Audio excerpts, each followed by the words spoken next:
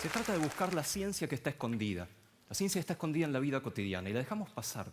La ciencia está escondida acá, debajo de ustedes, dentro de ustedes, en su casa. ¿Y cómo se busca esa ciencia, está escondida? Porque está muy bien escondida y a nosotros no nos gusta demasiado hurgar. Se busca haciendo experimentos. Entonces, ¿por qué no empezar con algunos experimentos? Y en esto me tienen que ayudar. El primer experimento es muy fácil. Se trata de que cierren los ojos y estiren los brazos. No me dejen solo. Cierren los ojos y estiren los brazos. Algunos están haciendo trampa y los veo a los de arriba, no se crean. En la mano derecha tienen un hilo, un piolín, que sostiene 3 globos de helio. El helio es un gas menos denso que el aire, por tanto se va para arriba. Globos extremadamente ligeros. En la mano derecha, un piolín que sostiene globos de helio. En la mano izquierda también tienen un hilo. Pero en este caso está sosteniendo libros muy pesados. Pero muy pesados. Recordemos, mano derecha tiene un piolín que sostiene globos de helio. Mano izquierda tiene un piolín que sostiene libros muy, pero muy pesados. Ahora les pido que se queden quietos y abran los ojos. ¡Chan! Este experimento me sirve a mí, en realidad, porque ahora ya sé que en lo que resta de la charla les puedo decir cualquier verdura y me van a creer. ¿Sí? Por lo tanto, ya que ahora conozco un poco más a este público, vamos a seguir haciendo experimentos y vamos a recuperar este. El otro experimento, que sí me sirve mucho para la charla, tiene que ver con que ustedes hagan exactamente lo que dice en la pantalla. Entonces les pido nuevamente que me acompañen y simplemente... No se rían, sonríen. Fuercen una sonrisa. Si quieren recordar cómo es, control, sonrisa.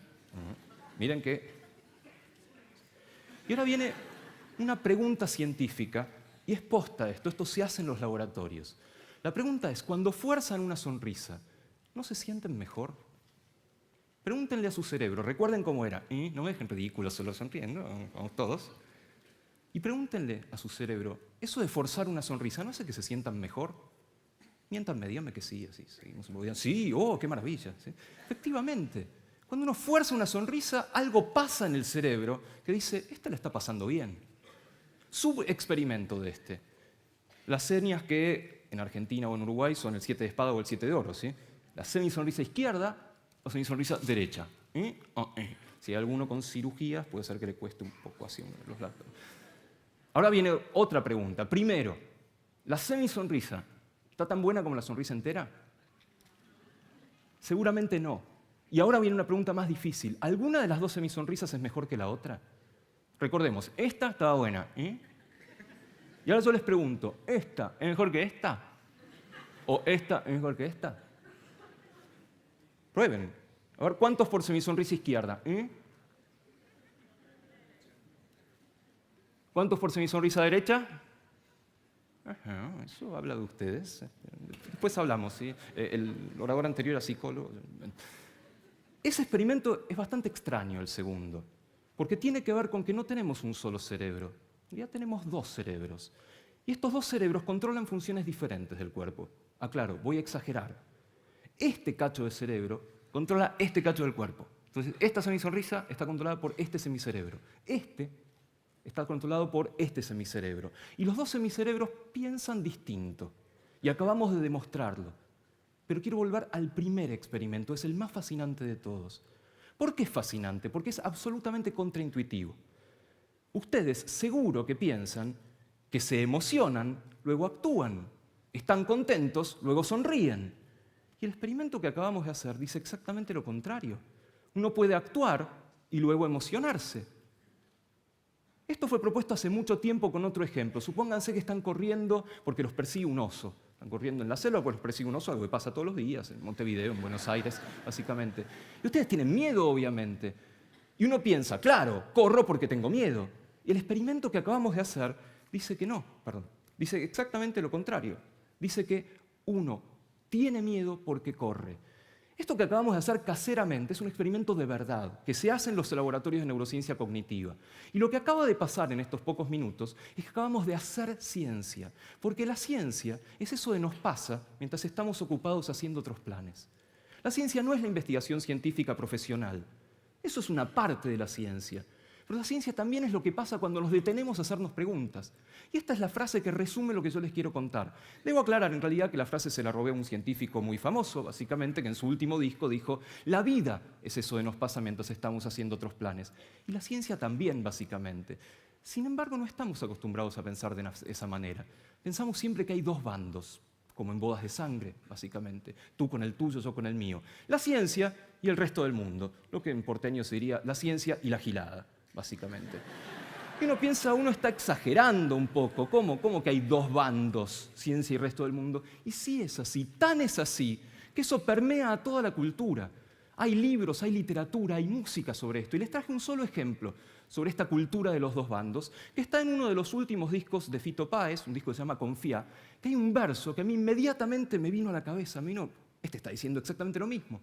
El verso es: pareces una flaca de exactas, explicando lo que no hay que explicar.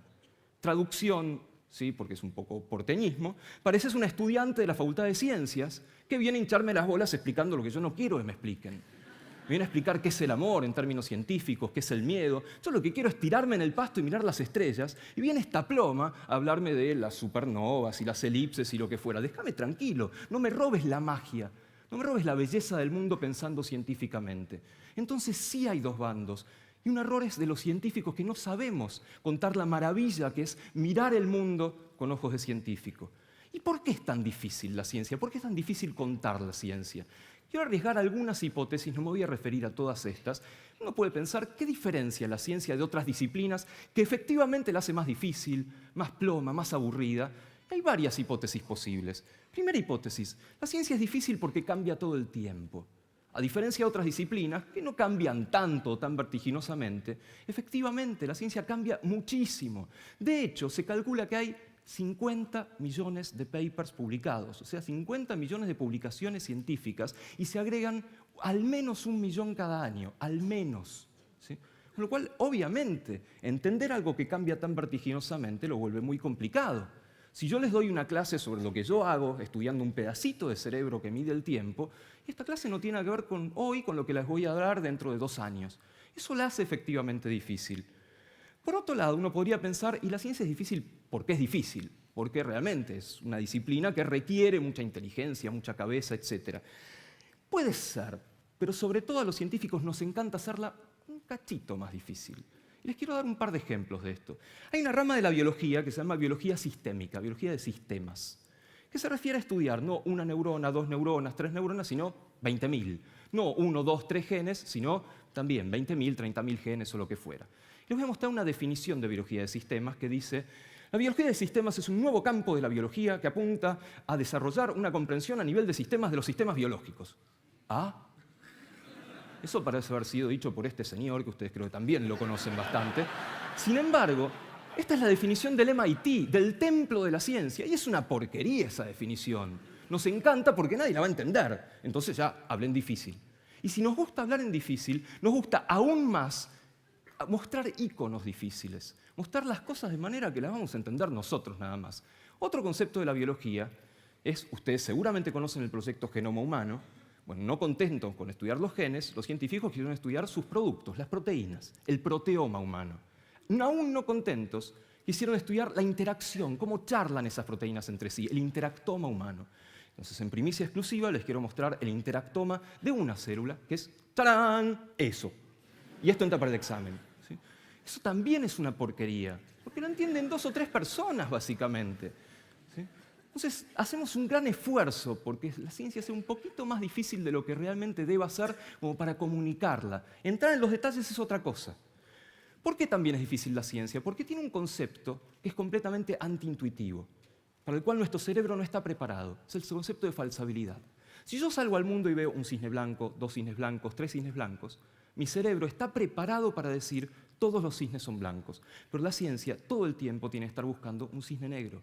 Eso nos cuesta a nosotros porque no estamos preparados para funcionar de esa manera. Y posiblemente la razón por la cual la ciencia es tan complicada de compartir y de comunicar es porque no se relaciona con la vida cotidiana. Nos está dando respuestas a preguntas que no nos hacemos. Pero la ciencia no es solamente eso. La ciencia no es un sustantivo, la ciencia es un verbo, es hacer, hacerse preguntas, sacudir a la naturaleza a preguntazos. Y veamos algunos ejemplos de esto. Y el primero es bastante interesante, que es este. O bien, que yo me pare acá y haga ¡ah! O que ponga la palabra bostezo ahí escrita. ¿Qué va a pasar con ustedes en los próximos segundos? Y no me voy a ofender. Van a empezar a bostezar, háganlo tranquilos, y es el momento en el cual están autorizados a hacerlo, básicamente. ¿Y por qué no hay ciencia ahí? Básicamente hay 3 preguntas fundamentales ahí. ¿Qué es el bostezo? ¿Para qué sirve? ¿Y por qué es contagioso? Y les puedo contar que sabemos la respuesta, y es la misma para las 3 preguntas. Y se trata de 2 palabras, ni idea. ¿Cómo? ¿Algo tan cotidiano como el bostezo? ¿No sabemos de qué se trata? No. De hecho, hasta hay una asociación internacional para el estudio del bostezo que trata de devanarse para ver qué es esto. Tuvo su primer congreso hace 2 años en París, fue un plomo, por supuesto, básicamente, pero no sabemos para qué sirve. O bien podemos ir a nuestra casa y empezar a buscar la ciencia que está escondida, por ejemplo, en el baño. Yo les pregunto a ustedes, ¿cuántos de ustedes cantan cuando se bañan? Ajá. Cambio la pregunta, ¿cuántos de ustedes se bañan? Bueno, asumiendo que se bañaran, algo que la ciencia recomienda, de vez en cuando al menos, ¿les parece que les gustaría cantar? La respuesta es sí, todo el mundo canta.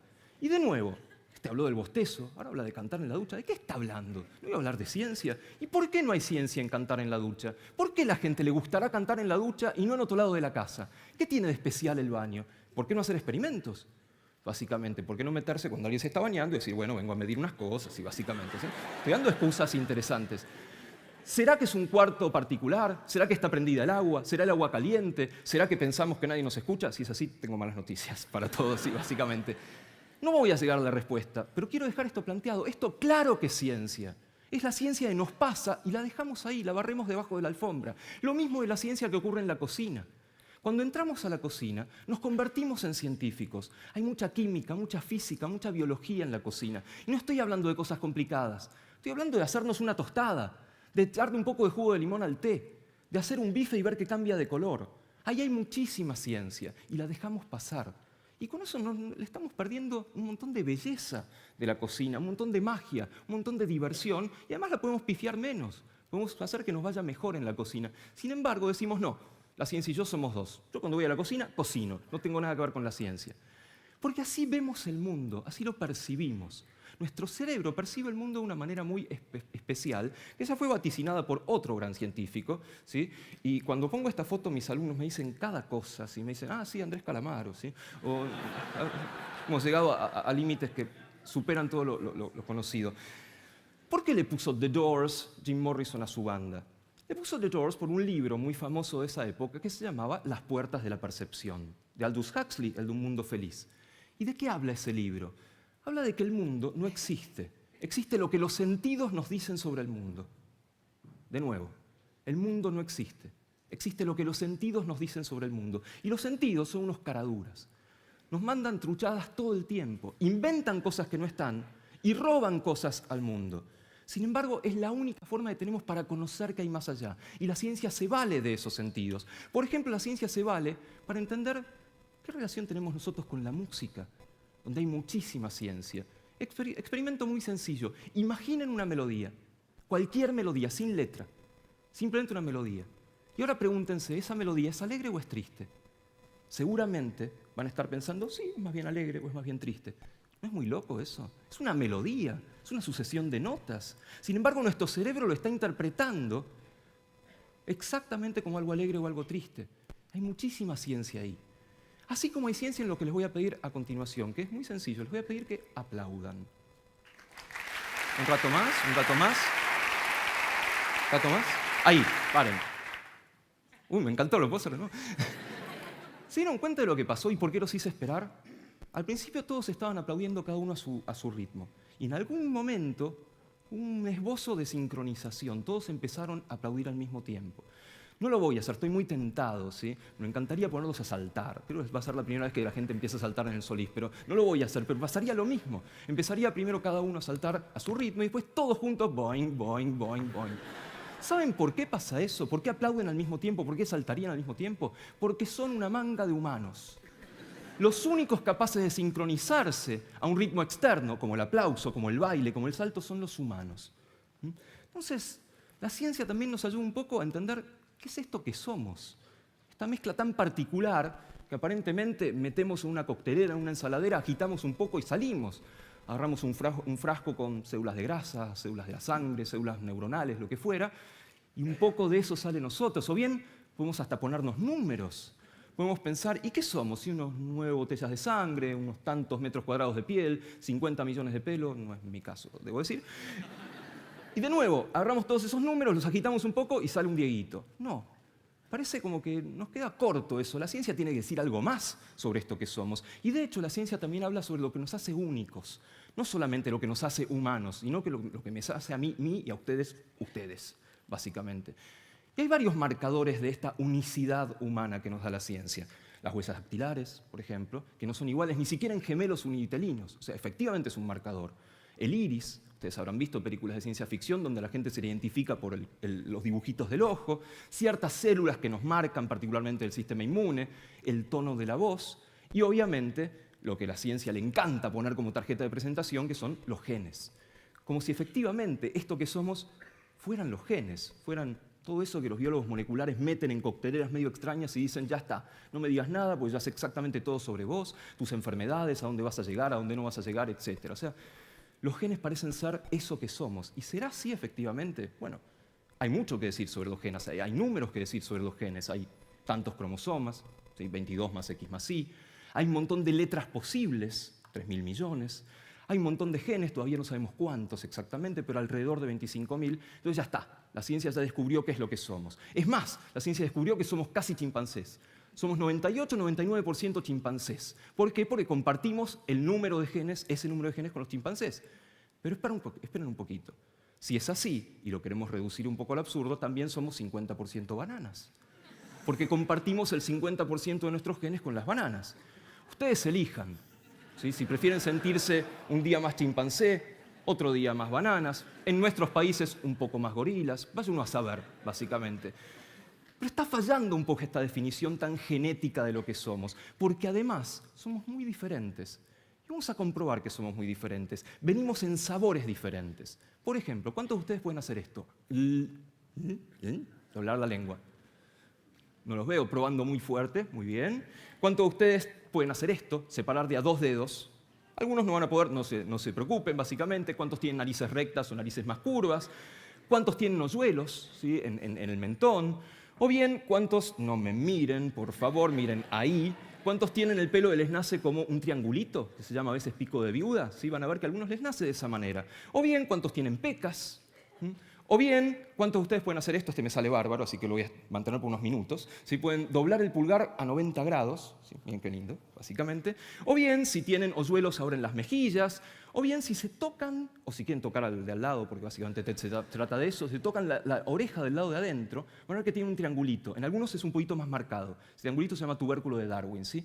O bien, si yo les pidiera que entrelazaran los dedos, así, sin pensarlo, algunos van a haber puesto el pulgar izquierdo arriba del derecho, otros al revés, el pulgar derecho arriba del izquierdo. Eso es una característica individual, ¿sí? Sin pensarlo. Si me meto con intimidades, ¿cuántos de ustedes tienen pelos en los dedos de los pies? Básicamente. O bien, si terminamos con las orejas, ¿cuántos las tienen más pegadas a la cabeza o más separadas? ¿Vieron que hay gente que cuando camina aplaude? Básicamente. Todas estas son características individuales, son mutantes ustedes, no solo humanos, sino que son mutantes, tienen mutaciones. Y eso es lo que traemos de fábrica. Traemos lo que nos dieron papá y mamá de fábrica, los genes, y con eso no hay nada que hacer. Si uno tiene orejas que aplaudan, tiene orejas que aplauden. Pero podemos hacer muchísimo con eso que traemos de fábrica. Y eso es lo que en biología se llama ambiente.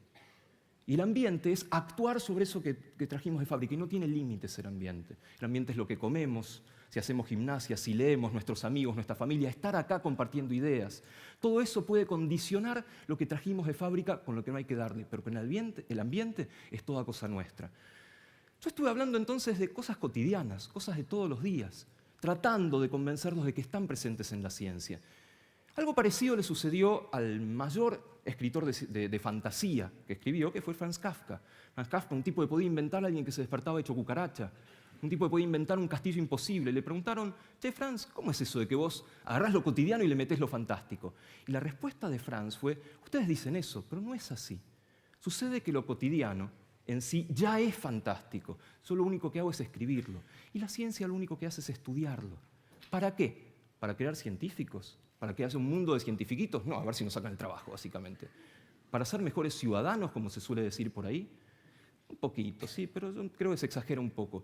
¿Para qué encontrar la ciencia en la vida cotidiana? Muy sencillo, para ser mejores personas, que de eso se trata. Muchas gracias.